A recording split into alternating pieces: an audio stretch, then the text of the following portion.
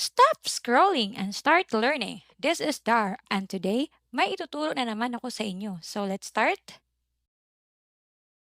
Ituturo ko sa inyo ay paano mag-set up ng automatic reply. So, kung makikita mo yan, yung aking page, sa ating page, makikita mo ayan, meron siyang, pag nag-chat ka doon, automatic may mag-reply yan. Katulad niyan, mag-chat ka.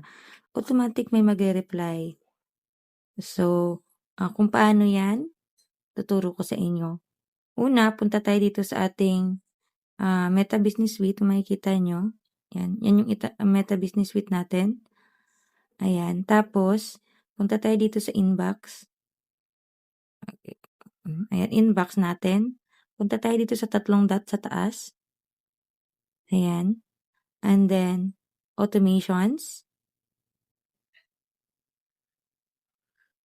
Click natin yung instant reply. And then, dapat naka-on itong sa messenger, i-hover natin ito. I-toggle on natin. Ayan. Tapos, ang message natin, dito sa message, yan yung message na magiging reply natin. So, halimbawa, ayan, magta-type ka dyan, meron akong naka-ready, so ipipaste ko na lang. Dapat siya, hindi siya, 500 letters lang siya, okay? 500 letters lang siya.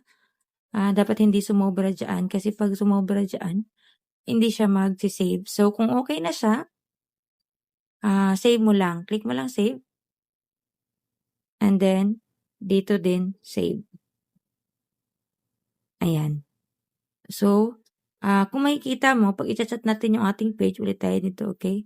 Halimbawa, mag-chat tayo ulit. Ayan. Ayan. O, automatic may mag-reply. Di ba? So, ayan lang. Thank you. And that's it for today's tutorial. Thank you for watching. At kung may natutunan ka, huwag mong kalimutan mag-like at mag-follow para sa mas marami pang tech tutorials. Don't forget to subscribe to my YouTube channel and see you sa next video.